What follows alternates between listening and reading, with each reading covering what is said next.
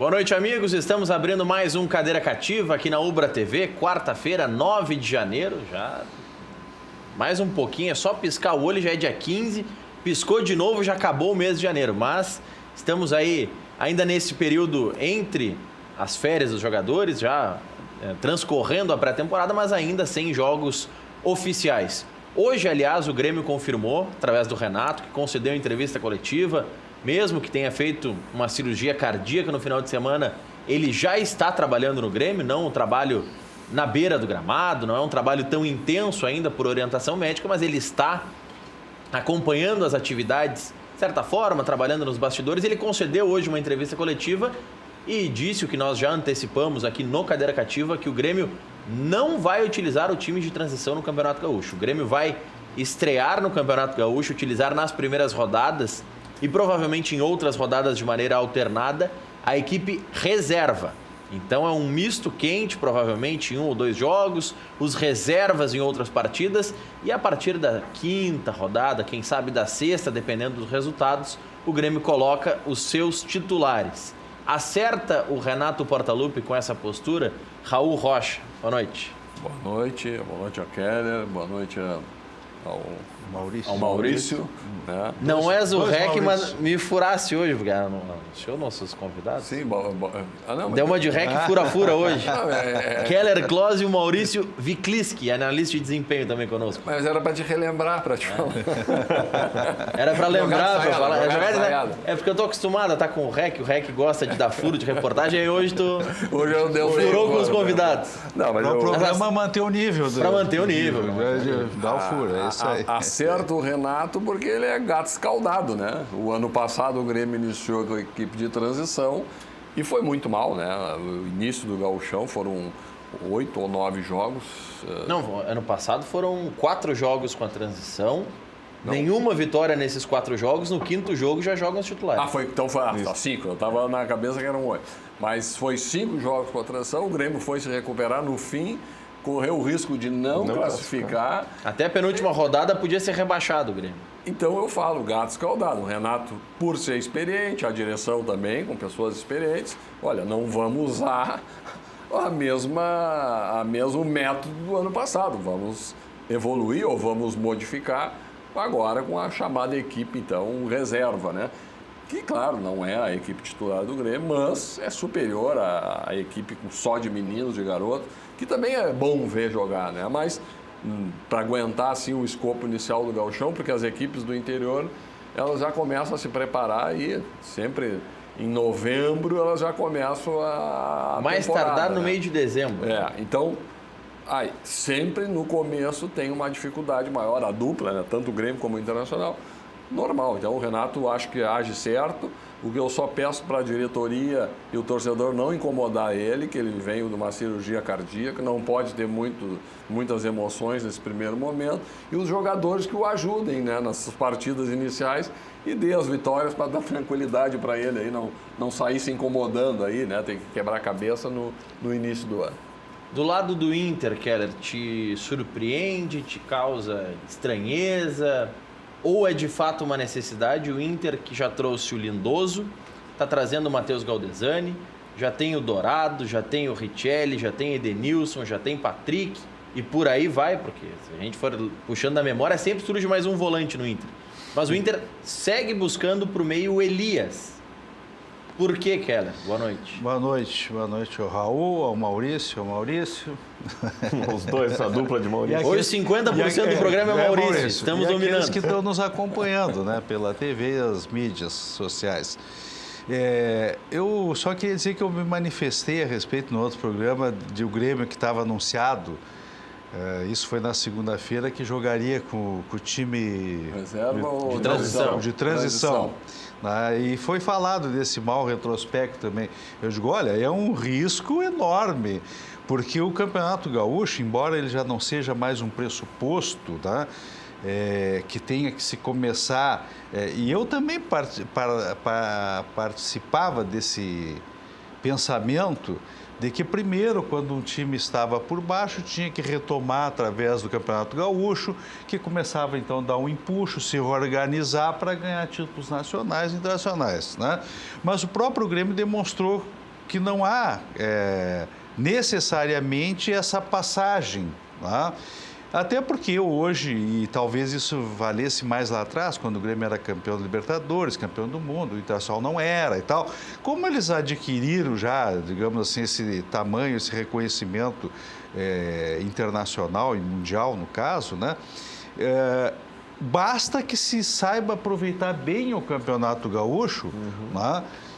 Para fazer os primeiros testes, né, e até de capacitação. Então, é possível que se jogue com um time, até poderia inicialmente de transição, mas tem que ter já pré-agendado vários jogos mais importantes, principalmente onde os adversários são mais gabaritados, como a própria dupla Grenal contra o Juventude, contra o Brasil de Pelotas. Colocar o seu time principal, aquela ideia de time principal, não é para não perder, mas para afirmar efetivamente o esquema tático, os próprios o modelo de jogo e os jogadores também se sentirem que estão bem, se sentirem seguros e vai dando aquela segurança ao grupo. Porque, independente que tu tenha jogadores gabaritados, se tu entra, derrota, vai gerando uma insegurança para todo o grupo. E aí vem a cobrança e as coisas começam a dar errado. Então, é importante, parece, usar o Campeonato Gaúcho, se não na sua integralidade, né, para usar o time principal, mas seja com time com misto quente, seja com o time de transição, mas também fazer o revezamento com o time principal. Me parece importante. Já o caso internacional que tu falaste, Maurício, me parece que o Internacional está numa situação assim de necessidade de reajustamento de um novo time superior à do Grêmio. O Grêmio vem fazendo substituições pontuais, né? Está um time já mais seguro, com jogadores mais firmados, né? Que, naturalmente, então, entrando uma outra peça, né? Me parece que é questão de mais entrosamento e também de adquirir a segurança. Já o Internacional, não. Eu acho que vai oscilar muito ainda. Por quê? Porque nós perdemos o Fabiano, que, embora tivesse vindo o outro lateral, que veio do Santos, o Zeca, né? Quem se firmou mesmo, fez um bom campeonato foi o Fabiano, né? E agora ele está fora. Então já começa que nós temos que achar um lateral, um ala, né?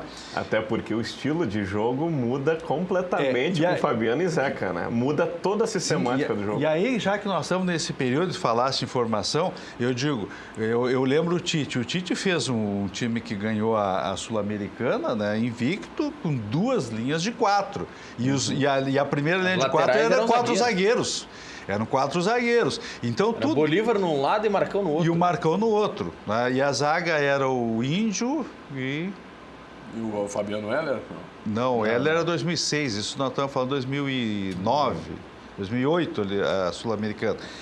Então, eu não lembro se era o Fabiano, mas era outro zagueiro. Mas então, observa que é o momento também de arrumar o elenco nesse aspecto. Ora, eu quero ter a alternância de jogar ora com uma linha de 4 bem composta atrás, sem ela avançar, e quem vai fazer esse papel de ocupação dos espaços à frente, lá nas pontas, vai ser essa movimentação entre os meias e os atacantes, né? Quando um atacante aparece bem na ponta ou ora na outra ponta o outro, e quando eles fazem a entrada para o meio, se projetam do meio-campo lá. Antigamente de facão. Que era o facão, mas aí entra outro que não o ala. Que não o ala, porque vai ser 2 laterais. Então, esse momento da composição, que o Maurício falou, é muito importante para que se saiba que tipo de jogo que esquema tático vão ser usado. Vai ser só um com alas? Eu posso oscilar esquema tático com alas e posso oscilar com alas e laterais, depende do que eu quero. Então, me parece que isso, e a questão do meio-campo, me parece que é importante o Internacional ter vários meio-campos trazendo, porque, na verdade, só tinha um meio-campo que funcionava. Né? Que era no início, ou grande parte do campeonato, que foi com o Rodrigo Dourado, Edenilson e Patrick. Daí qualquer um, quando faltava um, já dava um problemão. Então aqueles outros, o Dias, Gabriel Dias, o próprio Charles, esse aí não aprovaram. Né? Então essa vinda do Lindoso, do outro que tu citaste, O Galdesani, Matheus Galdesani. Eu E o acho Elias. que Elias, eu acho importante que se traga, porque me parece sempre, né, se não tem um meio-campo coeso, né, ele não consegue nem dar suporte à zaga e nem suporte ao ataque. Eu já vou passar a palavra para o Maurício Vikliski, mas com relação ao time que jogava naquela Sul-Americana, na final da Sul-Americana jogaram Bolívar, Dani Moraes, Álvaro e Marcão. E se não me engano, 2 ou 3 jogos antes o Índio se lesionou, teve uma lesão na costela, ficou um tempo afastado. Jogavam Bolívar, Índio, Álvaro e Marcão. Em alguns jogos entrava o Dani Moraes. Essa era a primeira linha defensiva. Índio e Álvaro. Na final deu... Na final foi Dani Moraes e Álvaro, porque o Índio estava lesionado. Mas então vejo que era uma linha de 4 bem definida, defensiva. A gente não volta tanto, a gente vai para a Copa do Mundo com a França, né? Que são 4 zagueiros na linha defensiva. Né? Pois é, mas... a gente tem o Pavard, que hoje foi vendido por 35 milhões de euros para o Bayern de Munique. Isso deixa claro, a posição que o Maurício está trazendo, que não necessariamente tu vai dizer assim, não, mas eu jogo com uma linha de 4 zagueiros atrás, eu sou retranqueiro. Ou sou retranqueiro ou estou vivendo no passado. Não, depende o esquema tático vai ser definido. De movimentação do meio para frente. Mas eu vou te dizer, Maurício, se eu tivesse um Mbappé para sair correndo, eu colocava 15 lá atrás. Não teria problema nenhum. Com certeza. Botar o Mbappé, um Griezmann no ataque, né? Com um Pogba pensando o jogo. Coloca 7 atrás e 3 Mbappé, né? Aí é covardia. Aí dá para botar 4 zagueirão lá atrás. Bota 4 zagueirão, não tem problema. Mas isso é a essência das táticas do futebol. São essas ao longo da história, né? Tu fazes... Aí é que está. Entrou uma linha moderna de técnicos né, que foram estudar o futebol, né, entendendo que o sistema tático é mais importante que a individualidade técnica dos jogadores. E até pouco tempo era essa a regra. E se tu ousasse falar o contrário, tu estaria desatualizado na avaliação sobre o futebol moderno. Mas a história se mostra que não. Se tu tiver uns jogadores com uma capacidade técnica individual superior aos colegas dele, aos enfrentamentos dos outros times, o teu esquema tático que tu montar, ele vai superar qualquer outro esquema tático muito bem articulado. Eventualmente, um determinado esquema tático, um jogador inferior pode ganhar de uma equipe melhor. Mas, na maioria das vezes, campeonato longo não vai ganhar, vai perder. É o caso do Palmeiras, com 3 equipes de qualidade, eles vão ganhar o brasileiro. E esse ano é um franco favorito. Tem mais franco favorito, maior chance de exatamente por isso. Então é a capacidade. Se a gente pegar nominato o time B do Palmeiras, o Palmeiras pode decidir não usar o time A, o time considerado titular. Se ele pegar o time reserva, ele é favoritaço no mínimo para chegar entre os 3. Mas essa é a lógica das seleções. O Brasil, por muitos e muitos anos, sempre dizia que o Brasil pode fazer 4, 5 seleções. O problema é que só pode jogar uma. Então o Palmeiras pode ter 10 times altamente competitivos, só pode jogar um. Então, se eu tiver um time também competitivo, eu posso ganhar deles. Pode enfrentar. Posso enfrentá-lo. Vai perder aonde? É na carreira longa. Na carreira longa. 100 metros rasos. Que vai caindo gente pelo caminho. Mas agora, por exemplo, na Copa do Brasil, Libertadores... Isso é tiro curto, isso eu posso ganhar. Tá? Agora, claro, se eles concentrarem com todo esse potencial, concentrarem para ganhar o Copa Brasileiro, que é tiro longo, dificilmente eles vão perder. E vou dizer, Cléber, a grande dúvida em relação ao Grêmio em 2018 foi essa. Que o Grêmio tinha uma competição, a Copa do Brasil, que a princípio, apesar de ser longa, ela era extensa no tempo. No calendário extensa, mas ela é os embates eram longos, eram espaçados. Sim. E o valor era muito importante. Era um valor de 60, 50 mas 60 Então o Grêmio teria, na minha avaliação, ter focado mais nessa competição. Mas eu acho que o Grêmio focou Não, mas ele... O Grêmio focou e eu lembro que eu manifestei em outras oportunidades que estava correta a escolha da direção do Grêmio.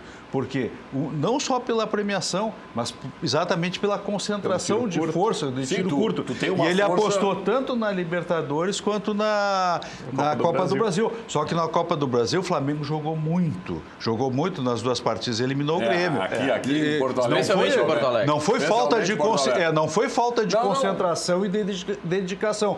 E eu não poderia achar que a escolha foi equivocada por esse motivo. Porque o Grêmio tinha um elenco razoável, razoável que eu digo comparando, podia não ser o melhor da competição, mas era um elenco super suficiente para ganhar o título. E estava entrosado e seguro. Mas houve alguns E depois na Libertadores foi o desastre que houve com o River. Então quer dizer que a escolha não me pareceu equivocada. Se poupou o jogador na própria Copa do Brasil. O Grêmio teve jogos importantes que ele teve que... Claro, aí vai me dizer que tinha situação médica, aqueles exames que apontavam que poderiam... Bom, aí tem esse risco que tem que ser analisado, só pesado ali na hora de colocar o jogador. Mas era o foco que tu tinha que colocar a melhor equipe. E o brasileiro que ficasse... Sim, mas o Grêmio jogou só que as partidas decisivas que o Grêmio ficou fora, ele estava com a sua força máxima. Não, o Luan não jogou. Não, mas ele não foi poupado, ele não tinha, ele não foi poupado. Não, mas porque aí é diferente de ser poupado. Do pé dele. Sim, mas aí é que eu digo, ele não houve assim uma decisão de poupar. Não técnica. Claro, foi médica. Foi e o tanto que precisou poupar no Campeonato Brasileiro para ele não estourar antes, o Grêmio também poupou. Poupou. Assim como outros jogadores, né? E isso, o departamento de fisiologia hoje tão avançado que estão os sistemas que qualquer momento que pode causar uma ruptura, alguma distensão, eles vão falar para o técnico que o técnico não vai querer perder o jogador por 2 meses, né? Então tem esse fator muito a analisar hoje no futebol, né? Que nem antes vocês falaram, então, boa noite, Maurício, o Keller, prazer estar com vocês. A questão da tática, né? Eu como analista de desempenho, óbvio que eu vou puxar o lado da tática, mas nunca a tática será o fator mais importante do jogo. É um dos fatores, não existe um fator mais importante. Existe a tática, existe a técnica, existe o psicológico, existe o treinador, existe o departamento médico, fisiologia, etc. É um conjunto e vocês, muito mais experientes que eu, trabalhando dentro dos clubes, sabem como é que é isso, né? O que eu vejo é que o Brasil ficou muito atrasado em questões táticas no pensamento do jogo. E acreditar... Porque a técnica resolvia, então... Porque a técnica resolvia. A técnica era muito superior, né? A técnica era muito superior. E a partir da década de 90, quando os jogadores com 18, 19 anos começaram a sair, a Europa tinha o extra-classe da tática, o extra-classe da técnica. E o brasileiro, o que tinha? Até hoje, tem o 2º, 3º nível, 4º nível dos jogadores aqui. E não se aperfeiçoou na tática. Os clubes em si. Os clubes foram... cada vez mais enfraquecendo, não gerando novos jogadores. Só abrindo uma parte aqui contigo, eu me recordo bem que, uma certa ocasião, eu cheguei a ser diretor das seleções menores do Grêmio, né? E aí o brasileiro começou a fazer missões na Europa, os garotos mais jovens, até os mais experientes também, né? Se apropriar dos ensinamentos táticos da Europa, e começaram a trazer para cá. Aí passou a ter um período de transição disso, entre a nossa técnica superior apurada e colocar, como tu disse, a questão tática para o Brasil evoluir nesse ponto. O que aconteceu? Simplesmente, nas categorias menores, colocava a parte tática, é isso, e aí que vem a grande falha e a cobrança até hoje nas categorias de base, de Grêmio Internacional. Caiu a criatividade. Quando dão atenção para a tática e não desenvolvem no garoto a técnica apurada. Até a questão lúdica do jogo, né? Se perdeu muito. A lúdica do jogo perdeu. Né? Se perdeu muito. Tem que dar mais espaço. Hoje tem muito jogo. Eu concordo na questão contigo. Da transição, deveria ter sido... Claro, isso aí também é ciência, né? Sim. Tem que ter alguém para... Não, peraí, vamos fazer essa simbiose dessas coisas com um pouquinho mais de ciência. nu e cru, tu pegar o que os outros estão fazendo e colocar dentro do teu clube, não e vai. Me hoje parece que a não. formação tem que ser bem dosada nesse aspecto lúdico, que é onde vai desenvolver a habilidade técnica e não haver uma supremacia tática. Sim. É óbvio que tem que trabalhar taticamente também, a disciplina tática, mas não pode ser só tática. E hoje tu vê jogadores ascendendo para o grupo principal e aí o cara vai cruzar uma bola, o cara Não cruzar sabe, 10 e erra 9. Não sabe Exatamente. cruzar, não sabe cabecear. Não tem os fundamentos. Uma das coisas, o Raul é mais antigo, vai lembrar bem, né? Até eu já contei uma oportunidade, um outro episódio, que eu até falando com o Tovar, a oportunidade de dizer, mas o que houve que ficou mais difícil para acertar na bola? Não, olha aqui, ó, os gramados eram bem piores, os gramados eram piores, as chuteiras eram piores, As bolas. a bola era pior, e é o seguinte, o cara ia à linha de fundo e cruzava com a bola em movimento. Hoje, o cara tem que parar para cruzar e erra, e não acerta, eu não entendo isso aí, o que fazem com essa gurizada lá? Eu acho que falta o desenvolvimento, que não vamos dizer para quem jogou futebol tanto tempo, né? Eu não fiz carreira, mas eu joguei no Saviano, Uruguaiana, joguei no Guarani, Bagé. E Jogou ou fardou? eu fardava lá, na verdade, por exemplo. Não, porque tem uma diferença, né, Raul? Não, Era o dono da bola, ele levava não a era o dono da bola. Não, eu joguei aqui, ó, com o Keller branco entregava jogando água, Rosa né? Flores. Pô, então- Não, eu conheço eles. Não, eu não joguei, eu figurei. Eles que jogavam. Eles né? jogaram contigo. Eu entrava lá para figurar, para ter o time. Não. Então eu conheci eles lá embaixo e tal, mas aí foi quando eu larguei de gol. Não vai ser por aqui. Mas acertou. Não, mas acertei. Fizesse bem, acertei. fizesse Mas eu volto à questão assim, os gramados ruins, né? As chuteiras pior, e se cruzava a bola em movimento. E às vezes a bola, né, pulando. Agora os caras hoje têm que parar e erram. Né? Mas aí- Então há uma deficiência que eu penso que talvez, eu não vou dizer com segurança, porque pode um clube estar mais, outro menos, né? Mas me parece que essa parte técnica tem que ser mais trabalhada, né? Que possam ter mais liberdade para criar. Agora, claro, Mas um vai pouco- trabalhar também taticamente. Um pouco Tá. disso se perdeu, Keller. Não é nem por culpa de trabalho na base ser pior ou melhor. Mas hoje, o garoto chega com 15 anos ou com 13 anos para fazer um estágio, para tentar entrar num clube de futebol.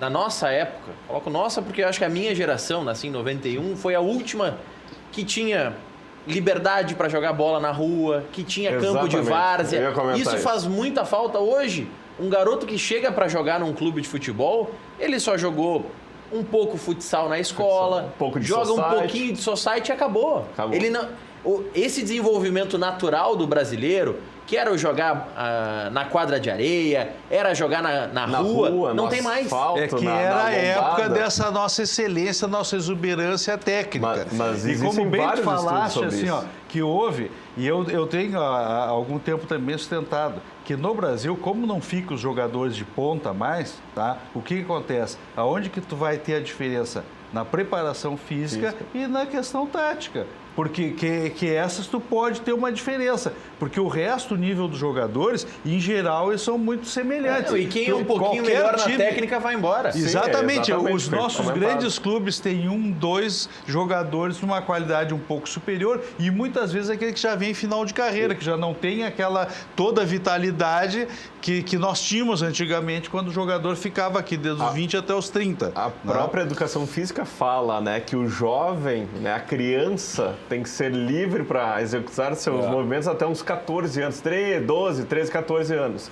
A partir daí a gente começa a colocar conceitos táticos, mas nunca sem perder a questão técnica. Sim, mas quando tu começa a colocar o conceito tático, tu não pode ser tão rigoroso ao ponto de inibir. Com Não, certeza. porque Por às vezes isso tu que chega tem lá, que o treinador, não, mesclar. tu não pode fazer isso. Por isso Pô, que é tu a sabe, simbiose que o Raul falou, tem né? que chegar Existe- treinador e... Tem que ter essa simbiose, né? Viu, Maurício, tem uma outra situação, isso é fato, né? Não é análise de observação, não é o que a gente vê, o que a gente sabe, né? Um técnico de determinada equipe, né? Trabalhando nas categorias de base, um dia, feliz da vida, ele me refere o seguinte: E o jogador foi campeão mundial pela categoria de Seleção Brasileira Júniors, em Moscou. Aí ele me diz o seguinte, numa viagem até dos ex-atletas, ele diz assim, não, mas hoje nós temos um método de aplicação das questões táticas.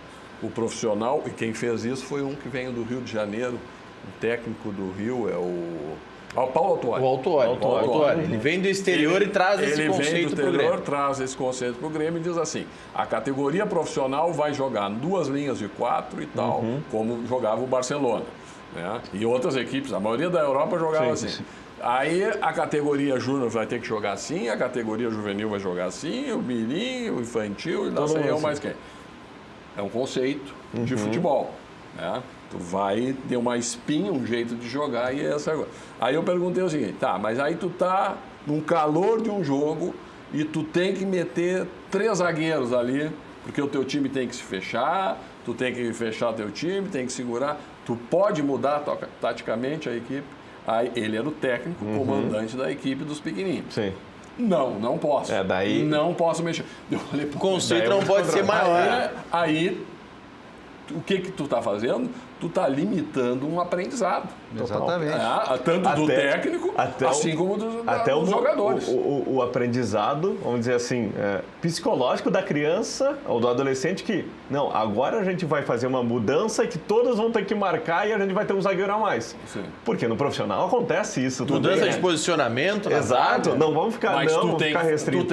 É a história da escola normal, né? Da educação. Sim, exatamente. Tu aprende de tudo para depois tu te encaminhar para cara, ou não, agora eu vou escolher só o que eu vou aprender. Tudo bem, é um método, é um jeito de fazer, mas pode ser muito prejudicial, porque vai limitar os conhecimentos. Mas é exatamente aquilo que eu tinha colocado, né? Tu faz uma imposição que tu inibe a criatividade, inibe o aprendizado.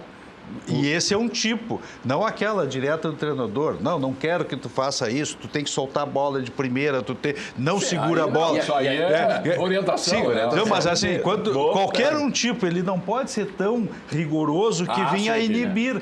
Seja do treinador, seja numa imposição que todos têm que jogar só naquele esquema tático. Não deu certo, claro, né? O esquema hoje mas aí, Raul, tem um detalhe nessa fala que você ouviu desse treinador e repetiu agora, e que eu vou puxar uma entrevista que eu ouvi ontem do Roger na Rádio Grenal. Muitas vezes, e esse é um erro do brasileiro, não é do gaúcho, não é do gremista, não é do colorado, é do brasileiro. Nós confundimos conceito de jogo com esquema tático. O brasileiro acha que, se o time vai jogar no 3-5-2, por exemplo, ele é um time defensivo porque tem 3 zagueiros. É totalmente errado. Vai jogar no 4-2-3-1 porque quer ter a posse de bola. Não tem nada a ver uma coisa com a outra, né, irmão? E a questão uma coisa é a tática, né? Como é que a gente vai esquematizar que até os números ou nomes no meio do jogo se mudam totalmente. Então, é só para ter uma visão geral. Outra questão é o modelo de jogo. E aí, a questão do modelo de jogo nas equipes, que eu acho uma coisa fundamental. Nunca sendo... vamos dizer assim, estanque, que nem tu falou, né, Raul? A pessoa não pode mudar, não. Mas eu acho que a partir de uma certa idade, nas categorias de base, tem que se criar uma forma de jogar como o profissional joga. Por quê? Mas lá no profissional, e daí vai da direção até o técnico, jogar do mesmo estilo. O Grêmio joga de tal maneira, o Internacional joga de tal maneira com o técnico X. O Grêmio é reativo, o Grêmio é propositivo. Vem o técnico Y, ele vai jogar do mesmo estilo do modelo de jogo. Porque se ele pensar outro jogo, mudar tudo, aquele trabalho que foi feito com a base para trazer jogadores, esquece tudo, começa do zero. E aí vem a grande discussão do... Como é que a gente vai trocar todo o elenco, então a gente vai trocar o treinador. Mas daí muda todo o pensamento, eu acho né? Que tem que ter mesmo. Tem que começar... Métodos, tem que ter escolhas, tem que ter espinha dorsal. Tem que saber como é que querem que o time jogue. Você tem conceito de jogo. Se tu tem conceito, se a direção tem o conceito, são 2 momentos. Um, quando tu forma o teu elenco. 2, quando tu contrata o teu treinador. Sim. Ora, eu não posso contratar um treinador. Que não vai manter o teu conceito. Exatamente. Tu não pode ter um time reativo e contratar o Falcão para propor Esse jogo. mas O Inter fez é isso que eu estou dizendo. Então, ou tu tem historicamente, por exemplo, como joga o Flamengo. O Flamengo sempre foi um time de toque de bola que joga para frente. Ele nunca fez o time reativo de ficar lá atrás. O Grêmio jogou muitos anos assim, fechadinho uma e sai. De conceito. O Santos tem no seu conceito botar jovem. Sim, E daí no Santos contratam um técnico como o Jair Ventura, que é um cara que joga mais de uma maneira reativa, mais defensiva, não dá certo. E daí voltam para um São Paulo que é mais da questão lúdica de ir pro ataque, para cima da qualidade técnica. Opa, aí se encaixa. Senão não vai dar certo. É que hoje a gente contrata técnico pelo nome e pelo respaldo que ele vai dar para a diretoria. Aí vem, às vezes, a pressão sobre a direção também, né? Tu tem tudo, tu faz todo o teu conceito, tu vai lá, contrata os jogadores, traz o treinador que se encaixa nesse conceito e tal, e aí não dá certo, porque aí tem aquelas questões dos relacionamentos de vestiário, aí de repente um grupo puxa para um lado, outro para o outro, forma grupos e tal, e aí, bom, aí só tem o treinador X sobrando, e a pressão está em cima da direção, e os resultados não chegam, e aí depois, mas é tudo bagunçado. Não, também existe isso. Claro, uma das partes. São os fatores, são diversos fatores, às vezes. Mas claro que o importante é tu teres esse conceito, principalmente quando começa a temporada, né? E aí que eu volto lá no início do programa que a gente comentou do grupo de transição do Grêmio, né? Que não vai ser o grupo se representou há um mês atrás e não vai ser o grupo. Imagina o que está entrando na cabeça desses guris hoje. Putz, eu ia jogar, não vou mais jogar. Né? Mas por outro lado... O guri bem trabalhado, como tu falou, futebol são várias equipes profissionais que dão suporte. Uma equipe psicológica, nem precisa tão psicológica assim, mas um técnico, como é que é? Não é interino, é o ajudante. Da transição ali, o auxiliar. O treinador, ele já está na cabeça dos meninos. Calma que a tua chance vai chegar, te prepara. E se o menino inteligente, né? Se o menino é inteligente, ele vai pensar hoje, opa, vão jogar os reservas e eu vou ter a oportunidade de jogar com esses caras. E meu nível vai se elevar e eu posso ser visto. Então, aquele que eu vou estar no banco para esse cara. Eu vou estar no banco para esse cara, eu vou ser o banco do Paulo Miranda, eu vou ser o banco, sei lá, do Léo Gomes, eu vou ser o banco do Marinho. Olha aqui, os exemplos opa, deixa eu ver, se eu engatar eu consigo os ficar no grupo. Os exemplos estão dentro do próprio Grêmio. O Arthur era para ser emprestado, não ia ficar no elenco. Quando vê a principal peça do Grêmio no ano e é vendido por um monte de gente. Então, quer dizer, tem que ter uma certa paciência, a gente sabe. O Everton, e esse 4 anos. Esse trabalho é da comissão técnica, né? Exatamente. Trabalhando bem a cabeça desses meninos. Eu acho que os meninos já sabiam que não iam jogar quando tomaram 2-0 do Avenida. Pois é. Eu acho que muitos amistosos mostraram alguma coisa e alertaram. Olha, não vai dar, vai ser a mesma coisa. Mas isso pode servir para aqueles que são inteligentes, né? Compreender que é melhor não jogar num time de transição totalmente inexperiente. Que é do nível dele mesmo? Porque o que acontece? Quando o jogador ele é colocado num time que tem um suporte maior, o futebol dele cresce. Aí é que está. Quando ele pega um time fragilizado de muito jovem ainda, vai perder. Aí começa a insegurança. Pô, perdemos vai tomar aquela virada perdemos. Exatamente. Aí se é melhor ele entrar eventualmente num time mais organizado, que aí as virtudes deles vão aparecer mais, aflora mais rápido, e ele já começa a ser visto como um jogador com potencial para ir participar do grupo. Para participar do grupo, exatamente. Eu acho que é isso que vai acontecer, o Grêmio faz certo, né? Nisso daí, infelizmente ou felizmente, agora a gente não sabe se ser convocado para a seleção é bom ou não. O TT foi convocado agora para a seleção sub-20, vai jogar o Campeonato Sul-Americano e não vai ter oportunidade no gauchão. Né? Então poderia estar jogando nesse time reserva. Imagina aquela primeira decisão, que era só a transição, ainda com o TT sai fora ainda. Como é que fica? Fica mais fragilizado ainda. Mas o TT, salvo engano, ele poderia disputar a Copinha esse ano e ano que vem ainda, por idade, né? Isso, o TT ainda tem 18 anos, 17, 18 anos, e até o grupo da Copinha, analisando, o Inter tem uma certa qualidade, tem alguns jogadores interessantes.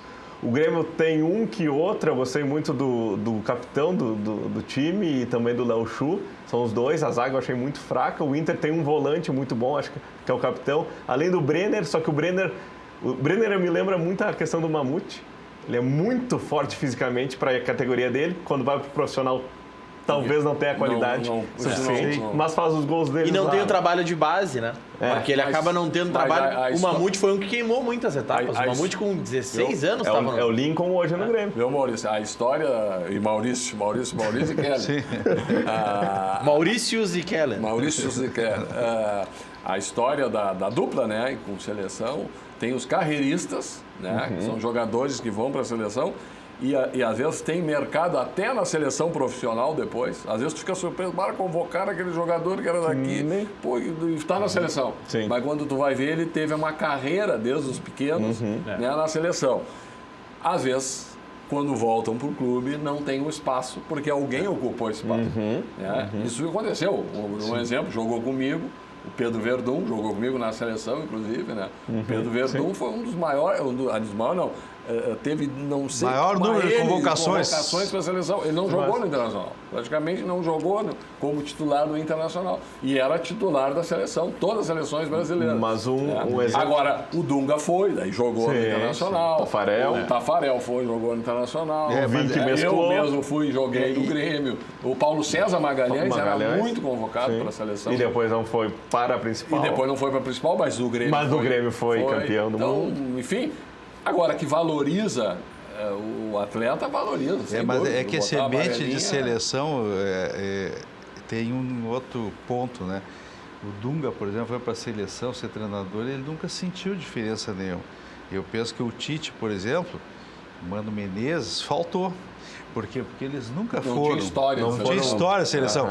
E o Tite até continua, tem oportunidade, é um grande treinador, sem dúvida nenhuma, mas vê que às vezes esse histórico de seleção, de disputar... Dá uma experiência. Dá uma segurança, tu chega lá, tu já conhece o ambiente, tu já tem aquela vivência. E os funcionários... E talvez agora o Tite, se ele for até a próxima Copa do Mundo, talvez aí ele consiga...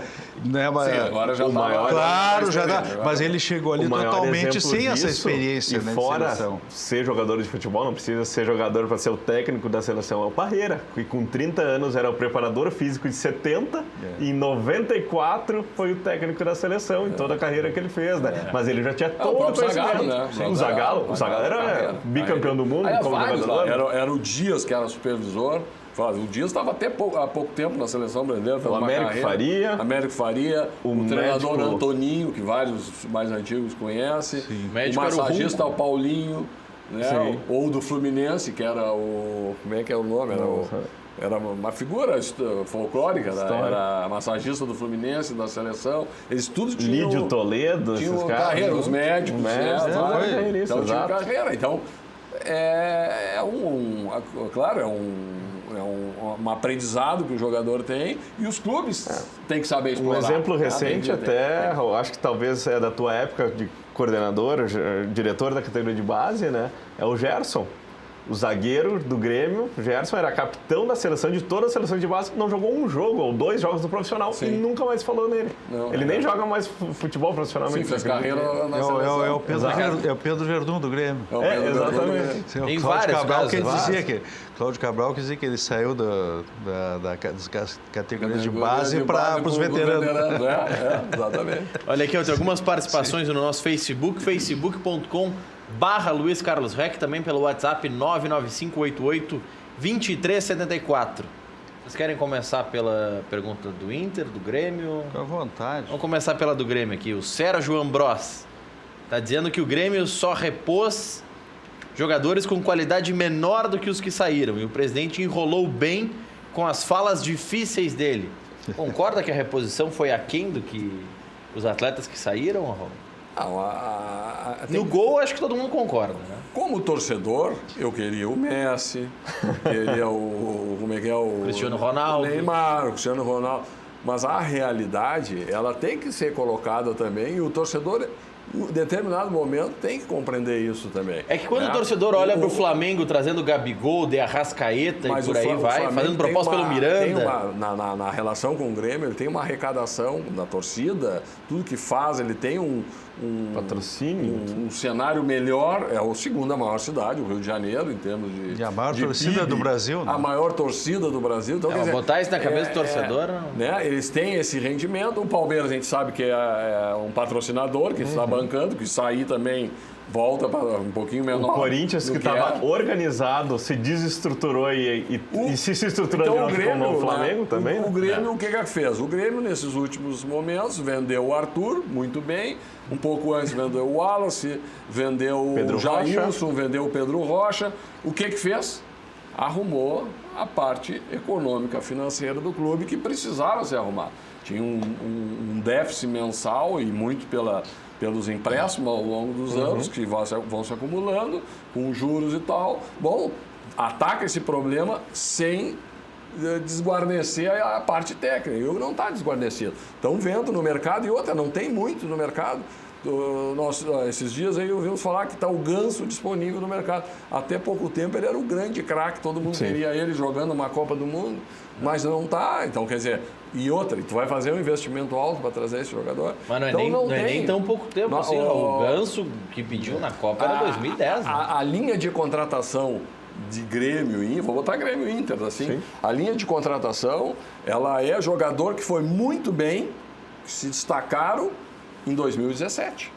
Os que se destacaram em 2018 ganharam o prêmio dessas televisões, das premiações, melhor em campo, melhor não sei o quê. Esses aí, a prioridade vai a Palmeiras, vai a Flamengo, e aí nós vamos pegar e acima desse. E vamos para fora. Mas até... Então, nós estamos numa linha de contratação um pouquinho abaixo desses aí. Até colaborando, né, como analista que eu sou, assim, a gente vê, o Groy é uma exceção. Tu vai contratar quem? O Fábio, o Vanderlei e para por aí dos goleiros do nível do Groy. Quem é que o Grêmio perdeu mais de importante? Ramiro. O Cássio, talvez, chega aí. O Cássio, sim. Perdeu o Ramiro. O Ramiro reclamado que não vinha bem. E eu acho que, na minha visão, o Ramiro terminou um ciclo, e você sabe muito bem o que é um ciclo num clube de futebol. Tinha terminado e só ia decair. E eu acho que o Montoya é um jogador melhor que o Ramiro, tem um potencial melhor que o Ramiro. O melhor do Montoya tende a ser melhor do que o melhor do Ramiro. E daí eu questiono pro torcedor gremista, tá, e os outros que saíram? Hoje, que saíram agora. Bressan, Cícero, quem mais que saiu? O problema é que a reposição do Bressan é o Marcelo Oliveira. Né?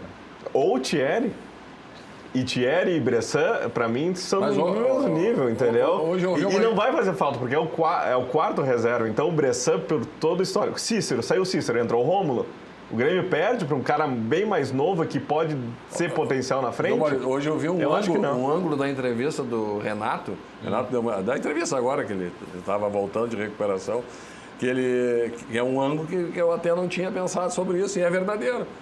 Qual zagueiro craque quer vir jogar no Grêmio hoje? Isso, vai ser reserva. Vai ser reserva dessa zaga maravilhosa? O sujeito pensa.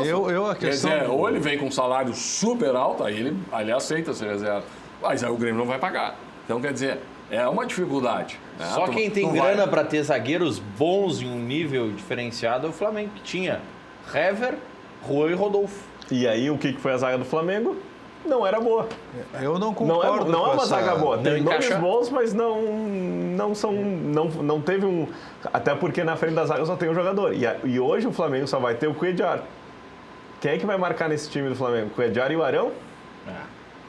E aí eu não concordo com o nosso telespectador, o Sérgio, que o Grêmio só abaixo. Abaixo, é claro, se comparar a saída do Arthur ou do Groy, que goleiro exatamente. Só esses dois poderiam ser abaixo. Os outros, eu diria assim, no mínimo do mesmo nível. Do mesmo nível para mais.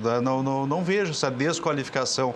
É claro, isso tudo na teoria, porque depois tem que ver se encaixa, esquema tático, se casa com o cara que está ali, aquela questão da zaga, né? Tu tem que casar, tu às vezes pega dois zagueiros, os caras não se entendem, os dois são bons, né? Tem que ter a sintonia ali, o casamento tem que dar certo, né? Não adianta, é aquele negócio, o homem lindo, maravilhoso, a mulher linda, maravilhosa, mas não ser certo, né? Então não é porque os dois são lindos, maravilhosos, bonitos, com saúde, que vai dar certo o casamento. É a mesma coisa, grosso modo, né? Com os jogadores. Então, tu vai trazer... eu trago um excelente primeiro volante, um excelente segundo, um ala maravilhoso, só que chega em campo os caras não se acertam. Não há essa afinidade. Então... O Sérgio, eu acho que só a questão do Arthur e do Groy... Extra classe. Os outros eu acho que estão no mesmo nível, para mais. E a gente tem que... Ou com potencial, isso tudo em teoria, né? Tem que entender da realidade, né? A realidade nossa... Não há como contratar os melhores do mundo. E aqui até falo como conselheiro do Grêmio, né? Não só como torcedor, mas... Não tem, não há capacidade. Não dá para criar essa expectativa de trazer aquele sujeito que vai lotar o aeroporto, né? Até porque Jeromel não lotou o aeroporto, Kahneman não lotou. Seria o Thiago... Às vezes não lota os seus que mais não servem. Seria o Thiago Neves, que o Grêmio fez um grande esforço. Esse sim. Né? E, enfim, e o seria a cereja do bolo, como se fala. Usou a negociação para fazer um baita contrato com o Grêmio. Eu estava ouvindo no rádio hoje, estavam pedindo para lotar o aeroporto com o Viseu.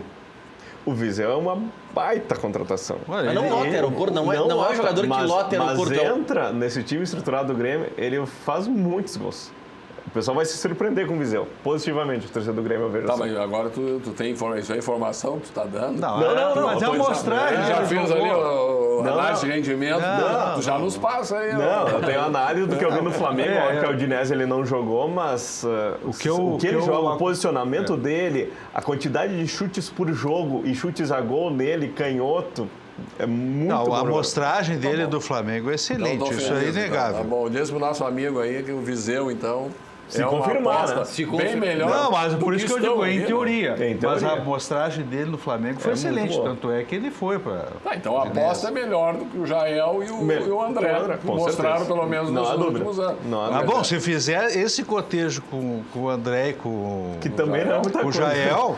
Então tá, então é isso aí. Então já tá. Por isso treinou como titular hoje. Que eu disse que eu não concordava.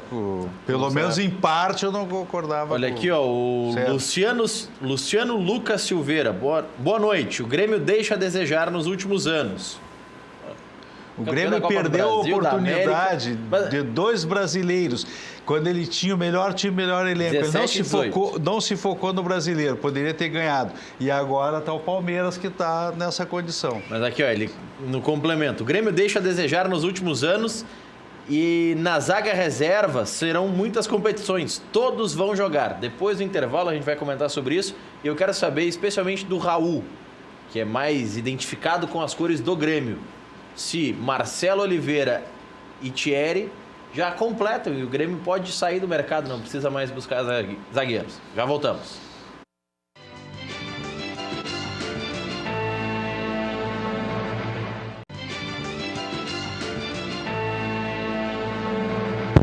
Keller já estava me perguntando aqui no intervalo o que os colorados estavam falando. Daqui a pouquinho... Daqui a pouquinho, Keller, perguntando. Sim, o que estavam falando aqui nas redes sociais, qual que era a pergunta. Especialmente a do Ney Pereira. Daqui a pouquinho eu vou ler para o Keller. Daqui a pouquinho também o Raul e o Maurício vão analisar essa questão do Luciano Lucas Silveira, de que o Grêmio precisa reforçar um pouco mais a zaga, especialmente os reservas, porque Jeromel e Kahneman é uma zaga incontestável. Mas antes, enquanto eles pensam nessas respostas, vou mostrar para vocês aí de casa o Paraíso, que é a praia da Lagoa Cortada, Balneário Gaivota, Santa Catarina, cerca de 2h30 de carro de Porto Alegre. Mas olha, você vai ter qualidade de vida adquirindo um terreno ou uma casa na praia da Lagoa Cortada. Confira mais.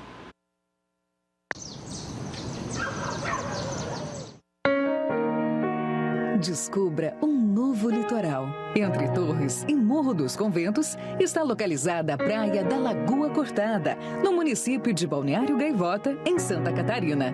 Infraestrutura completa, ricas paisagens e as belezas naturais preservadas sinalizam um refúgio perfeito para o descanso da família e a prática de diversos esportes. Praia da Lagoa Cortada. Aqui o mar e a lagoa esperam por você.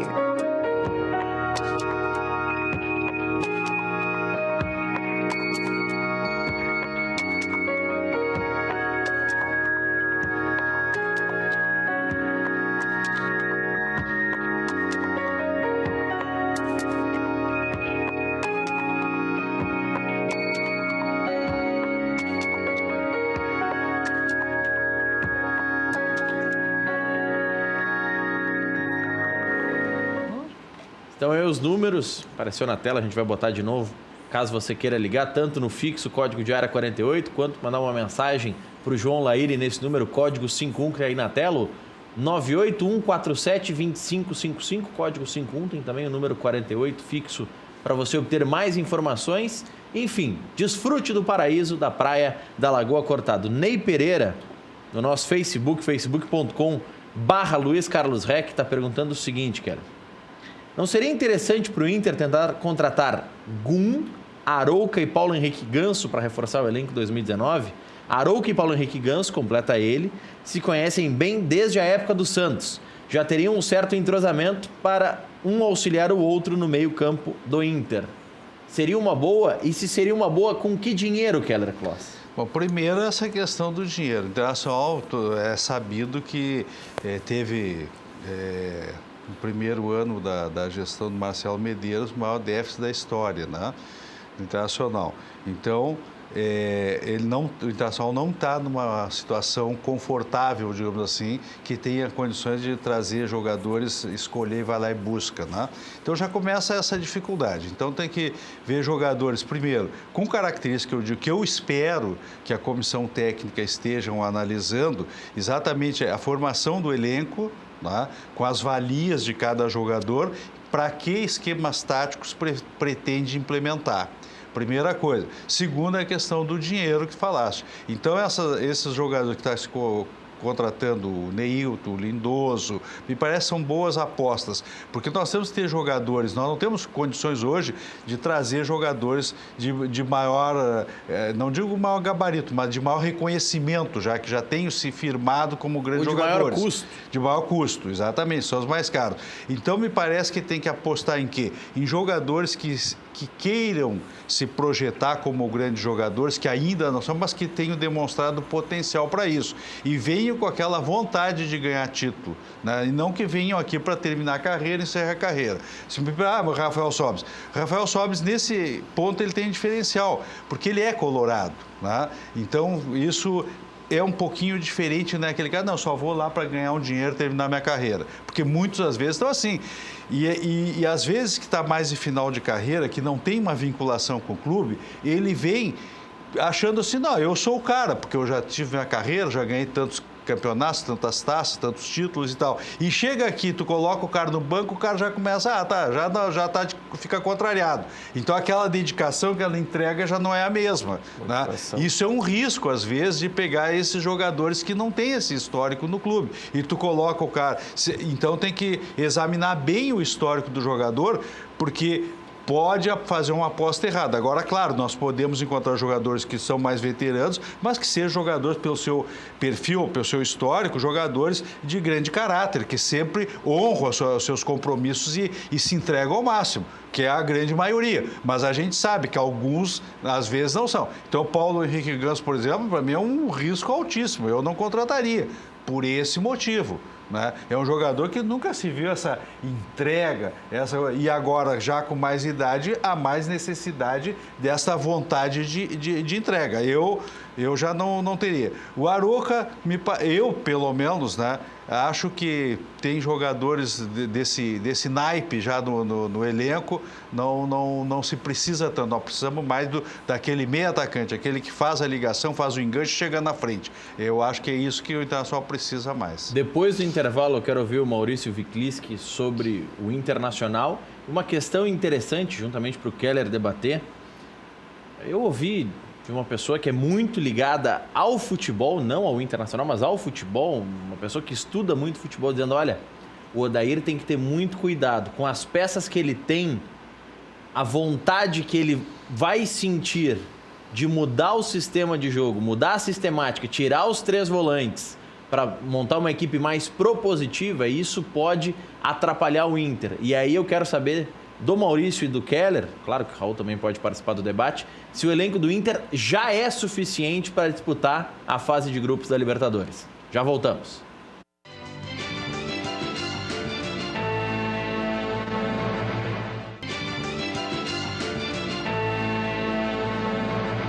8h05, de volta com Cadeira Cativa, recebendo Raul Rocha, conselheiro do Grêmio, Keller Kloss, ex-conselheiro do Internacional, e o Maurício Wikliski, que é analista de desempenho. A gente estava já falando no intervalo comercial sobre essa situação. Vocês veem hoje no elenco do Inter condições de ser um pouco mais propositivo? Vocês acham que essa ideia pode passar pela cabeça do Odair pela quantidade de jogadores do meio para frente que ele tem? E o elenco já é o suficiente para disputar a Libertadores, Keller? Olha, se nós pensarmos só Libertadores, só a Copa do Brasil, eu diria que há condições sim com esses jogadores. Claro, sempre tem que repor, porque 4 competições não é tão simples assim de se jogar, principalmente agora. Não digo agora, hoje, mas já de vários anos atrás, que há um desgaste, a entrega é muito grande dos jogadores, eles correm muito mais que se corria antigamente, né? Então chega num ponto de esgotamento... Hoje é 10 a 12 quilômetros, tranquilamente. Chega a um ponto de esgotamento físico que tu tem que tirar o jogador. Então, eu penso que talvez tenha que... Nós estamos precisando de um ala ou lateral direito, um pelo menos, para titular, né? Nós precisamos, me parece, esse jogador de meio campo que chega à frente, que faz o enlace, que faz aquele enganche, que nós temos essa dificuldade. E penso que esse ano é o do Odair. O Odair, como iniciou como interino, tá? Ele tinha que fazer uma série de concessões que a gente não sabe quais, mas evidentemente que alguém que entra e ele teve um ponto de inflexão muito difícil para ele, foram 2 Grenais, mas um que ele sai perdendo o Beira-Rio 2-0 no primeiro tempo e poderia ter tomado 4 gols ali, teria encerrado a carreira dele. Sim. Tá? Que é o Grenal da fase de grupos do Gaúcho. Exatamente. Quando começa o segundo tempo, o Rodrigo Dá faz um gol a 1 minuto, 2 minutos do segundo tempo, equilibra e muda o jogo. Então, observa só, então ele passou por tudo isso. Depois aquele outro Grenal que ele teve que colocar o time defensivamente para não perder e conseguiu. E no meio desse caminho ainda teve aquele Grenal depois da goleada do Grêmio, né? Que também era um clima de terra arrasada. Sim, foi o primeiro jogo das quartas de final. O terceiro da série, o segundo das quartas de final. Então veja que o Inter consegue ganhar. Para ele se manter, certamente ele fez uma série de concessões que a gente não sabe, mas obviamente que teve. Eu duvido que ele tenha chegado lá e dito, não, é assim que nós vamos jogar, desse modo e tal. Ele ouviu bastante os pares. Ele tem que ouvir os pares, a comissão técnica, o grupo de jogadores, as principais lideranças do time. Então, tudo isso é concessão. Ele, por mérito dele, conseguiu o resultado que conseguiu. Embora, no final, teve uma interrogação que até agora a mim não foi respondida e não precisa ser respondida para mim, né, torcedor? O importante é que a comissão técnica tenha as respostas, quais sejam. O que houve nos últimos jogos, quando o D'Alessandro volta a ser titular? O que aconteceu? Faltou preparo físico, e então a comissão técnica e a preparação física tem que responder, ou foi o esquema tático ou foi desinteresse de alguns jogadores? Porque foi visível a queda, foi visível. O Internacional só jogou quando jogava com toda a entrega em campo. Nós até começamos a falar no intervalo. O Internacional se defendia com 10 e atacava com 6, 7. Quando nos últimos jogos, o que acontecia? O Internacional ficava mais atrás, se defendendo com 8, com 10, mas quando retomava a bola, no máximo atacava com 2, 3 jogadores. Que isso já é jogar em contra-ataque, não é avançar compactado. Uma coisa para se analisar, quando teve essa mudança de esquema, vamos dizer, no final do Inter, quem é que potencializou? Quem é que foi o grande jogador? O Nico Lopes. Mas o conjunto foi fraco. Daí foi um cara que tem mais qualidade, um atacante de velocidade que cresceu. Mas o grupo baixou todo. Será que ele cresceu ou o grupo baixou? Então, isso que tem que analisar. Não, e foi pontual, porque o próprio Nico Lopes também, eu não vi grande interesse também no jogo. Ele começou a ser um solista, né? Ele, quando pegava a bola, tentava resolver, e às vezes resolvia, mas não havia aquela participação do próprio Nico, que era voltando lá atrás, marcando, desarmando e chegando à frente de novo com vontade. O que houve? Eu espero que a comissão técnica tenha já as respostas. E eu volto assim, esse é o ano, então, que agora o Odair, por mérito dele, chegou a terceiro lugar, ele chegou bem. Hoje, então, ele começa um ano não mais como aquele interino zero, que né? possa fazer, que tenha que necessitar fazer concessão. Agora é hora de ele mostrar as suas ideias e a sua convicção, né? De colocar um time como ele quer, com a sua convicção. Me parece que esse é o ano de ele dar o salto de qualidade dele, de se firmar como um treinador de ponta do país. Aí talvez seja o medo que o Do torcedor torcedor tenha de que mude o esquema, ele coloque somente as ideias dele, né? Que às vezes o técnico, até com boas ideias, tem que deixar ele... Não, ele tem que ouvir Assim outras como- pessoas, ele assim não como pode, o ele jogador participa tem do que ter a grupo. criatividade, principalmente Sim, o técnico tem também. que... É. Sim, mas agora eu acho Só que é hora de... Agora é a responsabilidade maior dele, Claro, né? E a cobrança vai ser maior. vai ser também, maior. né? Mas Porque vai disputar a Libertadores. respondendo- Não, mas isso não quer dizer que ele não tenha, que eu não possa ou não Capacidade, deva ouvir, claro. ouvir os demais Sim, e tal. Mas só que não fazer concessões necessariamente. Sim, agora Né? ele O tá poder de decisão dele é maior, É isso que quer maior, dizer. exatamente, é maior e é o momento dele se firmar. E- Né? Ele no demonstrou, cenário, né? exatamente, Cenário ele nacional. demonstrou que ele tem qualidade, mas agora é hora de se firmar. Mas respondendo diretamente a esse torcedor, eu acho que o Inter não tem as peças para mudar esquema, para ser um time mais rapidamente, né? ofensivo. Eu acho que o Inter tem pelo menos 4 pontos, o Odair tem 4 pontos críticos para ter uma decisão rápida agora no início, que primeiro é a lateral direita.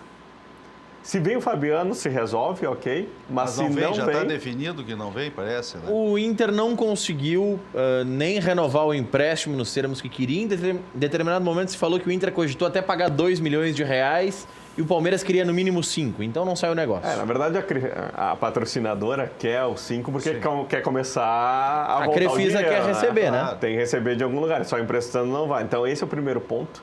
O segundo ponto é como é que vai jogar o Nico Lopes sem esse lateral base? Se não tiver um Fabiano, se for o Zeca, como é que o Nico Lopes vai recompor tanto? A questão do centroavante, vai sair a referência do Damião e vai entrar um Sobis ou então o Potker, que está treinando como titular, e do Guerreiro é outra questão. E a questão que tu falou, que é do D'Alessandro. D'Alessandro esperar o que ele vai entregar para o time. Nessa linha do Inter, o Paulo Ramires mandou no Facebook e também no WhatsApp, do bairro Sarandi. O Inter teve uma das melhores defesas do Brasileirão. Melhor zagueiro, goleiro e volantes. A direção está corretíssima em contratar meias e atacantes. Abraços do Paulo Ramires do Sarandi. Tem um pessoal que está numa discussão forte na nossa live, dizendo que o grupo do Grêmio é insuficiente. Eu vou trazer alguns detalhes mais sobre isso e o Raul vai comentar depois do intervalo comercial. E a gente vai ouvir também o Renato Portaluppi depois do break. Já voltamos.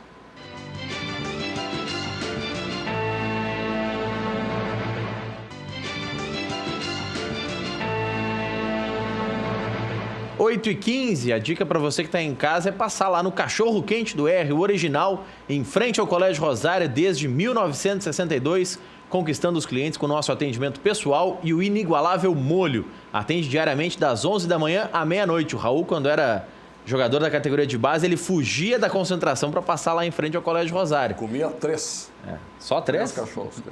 Que beleza. Não tem franquias ou filiais Cachorro Quente do R, o mais tradicional de Porto Alegre. Não importa a sua carga, não importa o tamanho dela. Na Ford Conrad Caminhões, você encontra o cargo ideal para o seu negócio. São diversos modelos com tecnologia de ponta, desempenho e economia. Venha fazer o seu negócio para ter o caminhão novo já no início desse ano novo. Conrad Caminhões, em Sapucaia do Sul, na BR-116, número 2015, bairro Três Portos. Telefone é o 3034-4000. Respeite os limites de velocidade. Você que está em casa, está com a película do seu carro cheia de bolhas, vencida e roxa, a Insufilme faz a remoção. Preço campeão e tem garantia de 5 anos certificada. Dizendo que assistiu no Cadeira Cativa, ganha um desconto especial de 20% na linha automotiva e paga em 3 vezes no cartão de crédito. Ligue 30 21 23 23 e agende a instalação. Ou mande o WhatsApp 99683 3199. Fale com a Natália.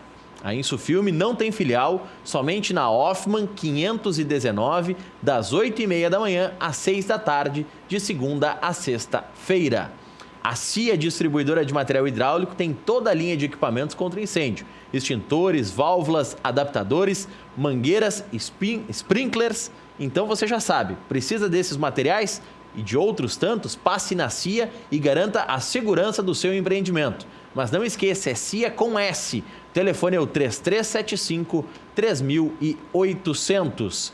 A Central de Imóveis é uma empresa gaúcha, tem mais de 25 anos de atuação na Cidade Baixa. Faça como mais de 15 mil clientes, encontre a solução ideal para você. Acesse centraldeimoveisrs.com.br. A Central de Imóveis administra condomínios como ninguém. Aluguéis, condomínios, vendas é com a Central. José do Patrocínio 381-385.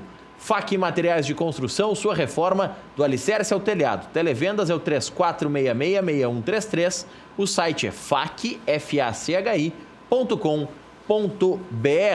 Vamos ouvir o que disse o técnico Renato Portaluppi hoje, comentando os diversos assuntos da pré-temporada gremista. Tem sido um início do ano normal, né? É lógico que no futebol, não é só no Grêmio, em todos os clubes, sempre que acaba o ano, alguém vai embora, sempre que começa o ano, alguém chega, é uma troca, é uma coisa normal no futebol. Tentamos segurar todo mundo. O Marcelo, por exemplo, o Groy, foi um pedido dele, até em termos da parte financeira, que era importante para ele. Por isso que nós dispensamos o Marcelo, mas a pedido dele, senão ele estaria com a gente até hoje aqui. O Ramiro, todo mundo sabe que tem, praticamente o clube tinha 10% do passe do jogador. Então, coisas que no futebol que acontece. Jogadores que chegaram estão se juntando aos demais jogadores. A gente tem um grupo forte, tínhamos, com a saída de 2, 3, a chegada de outros. O Grêmio continua forte. Eu acho que mais do que nunca o torcedor tem que continuar confiando, como ele sempre confiou, dando força para esse grupo, indo à arena, incentivando a equipe. É importante ser para o apoio do torcedor. O torcedor sabe que pode confiar na gente e nesse grupo aí. Bom, quanto à chegada ou não de mais um outro jogador, o grupo do Grêmio, ele nunca está fechado. Isso depende muito do que é oferecido, do que o Grêmio busca, do que o Grêmio tem condições de buscar, de contratar. Então, isso depende de tudo isso. Agora, a gente nunca pode falar, não, o grupo do Grêmio está fechado. Dependendo do jogador e tendo condições, a gente sempre vai trazer. Bom, quanto ao Marinho, também eu não tive a oportunidade de falar com ele. Acredito que ele tenha se precipitado um pouco nas declarações. Jogador do Grêmio, está tudo no controle. Acho que o mais importante de tudo é que ele está aí no grupo, está trabalhando e faz parte do grupo do Grêmio, já pediu desculpas e eu acho que o mais importante é isso. Ele se desculpou pelas declarações, está perdoado e bola para frente. Aí o que diz o Renato Portaluppi nessa parte final em especial sobre o Marinho, Raul. E o Marinho um dos nomes mais citados na nossa live. Alguns espectadores falando aqui, por exemplo, o Sérgio Ambrosio e o Luciano Silveira começaram a discutir, vários participaram, dizendo que o elenco do Grêmio não tem reposição, especialmente na zaga, que se um zagueiro toma um cartão, a reposição é fraca, que o elenco é insuficiente. E alguns citaram aqui, poxa, mas o Grêmio gastou tanto dinheiro com o Marinho, podia ter feito reposições melhores. Mas na época todo mundo achava que era uma boa aposta, assim como o André, né, Raul? Sem dúvida, eram apostas que não tiveram nem contestação.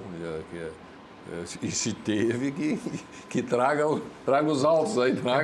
Mas aí não é a maneira que vai jogar.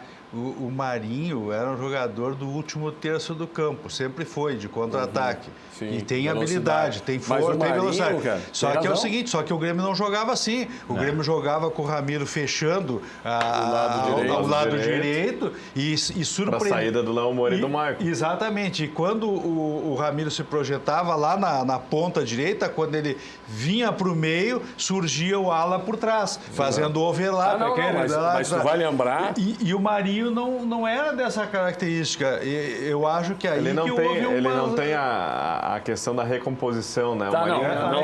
Se ele tiver que recompor, ele não tem a mesma força e a mesma velocidade para chegar à frente. Mas ele tinha uma velocidade muito parecida com o Everton. Vocês vão lembrar que o Grêmio perdeu em 2 ou 3 jogos o Everton e o Grêmio ficou sem aquela jogada pelo lado esquerdo. O Marinho veio a calhar quando contratou. Você visualizava ele fazendo... Claro, ele não teria aquela recomposição que o Everton já sabe fazer. Mas aí na esquerda o Grêmio tem o Cortez que fica mais. Ele não conseguiu fazer. Não foi, aí, bom, são apostas, são normais, mas quanto à zaga que foi falado aí também, que o Grêmio não trouxe, se tu pegar as reportagens, as entrevistas e até os programas aqui do próprio Cadeira Cativa, tu vai ver que já havia pela direção do Grêmio, a preocupação de trazer zagueiro para substituir o Jeromel e o Kahneman. Nós estamos no mesmo momento. Estamos querendo trazer zagueiro. Mas chama a atenção de uma coisa muito importante. Então, um jogador já de maior nível, ele em princípio hoje não vem porque está muito fechado, a zaga. Agora, então tem que apostar num jogador mais jovem, me parece, que aí ele fica porque daqui a pouco o próprio Jeromel, pela idade, já começa a não poder de repente disputar todos os partidos. Voltamos no início da discussão onde... Qual foi o último zagueiro que a base do Inter e o Grêmio revelou? Produziu. Moledo. Quantos? O Moledo tem 30 aí? O Moledo veio do... Mas é que jogador sempre vem semi-pronto, né? Mas o Luan vem semi-pronto, vai 10, 15 anos o Moledo. O Moledo não veio semi-pronto. Então não estão formando. Se forma zagueiros, a dupla Grenal não se forma. Horas que tá... Então é uma carência. Aí eu volto também com ideias colocadas em outros momentos, que às vezes tu tem que tratar o futebol que nem uma fábrica. Tu tem que forjar, né? Eu tinha um treinador que falava muito, forjar o jogador, né? Tu tem que fazer o molde do que tu quer, tu tem que criar isso. Mas essa questão volta lá ao início que nós estávamos falando do conceito de clube. Isso mesmo. Conceito de clube. Então, lá atrás, tu tem que ter um certo conceito para a formação de atletas. E não só colocar lá e dizer assim, deixa aí, daqui a pouco que saiu. Vai sair alguém. Não, mas então, geração espontânea. São coisas que a gente fala e repete no futebol.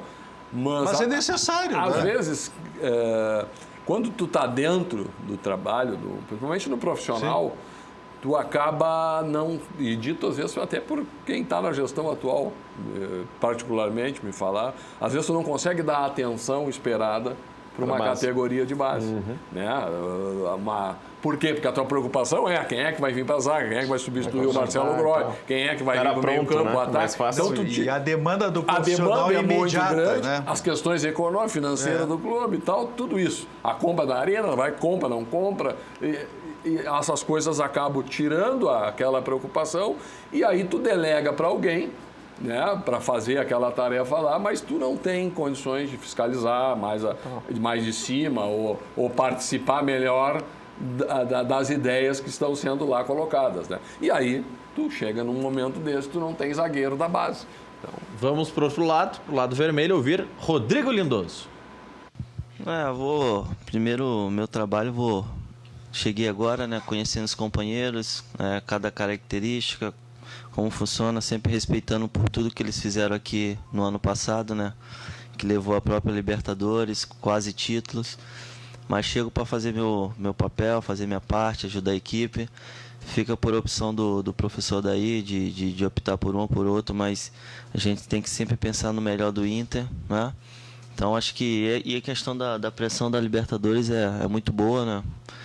Eu já estou com 29 anos, tive uma experiência boa em 2017 na Libertadores, a gente fez uma boa campanha, né? Então, a motivação é muito boa, né?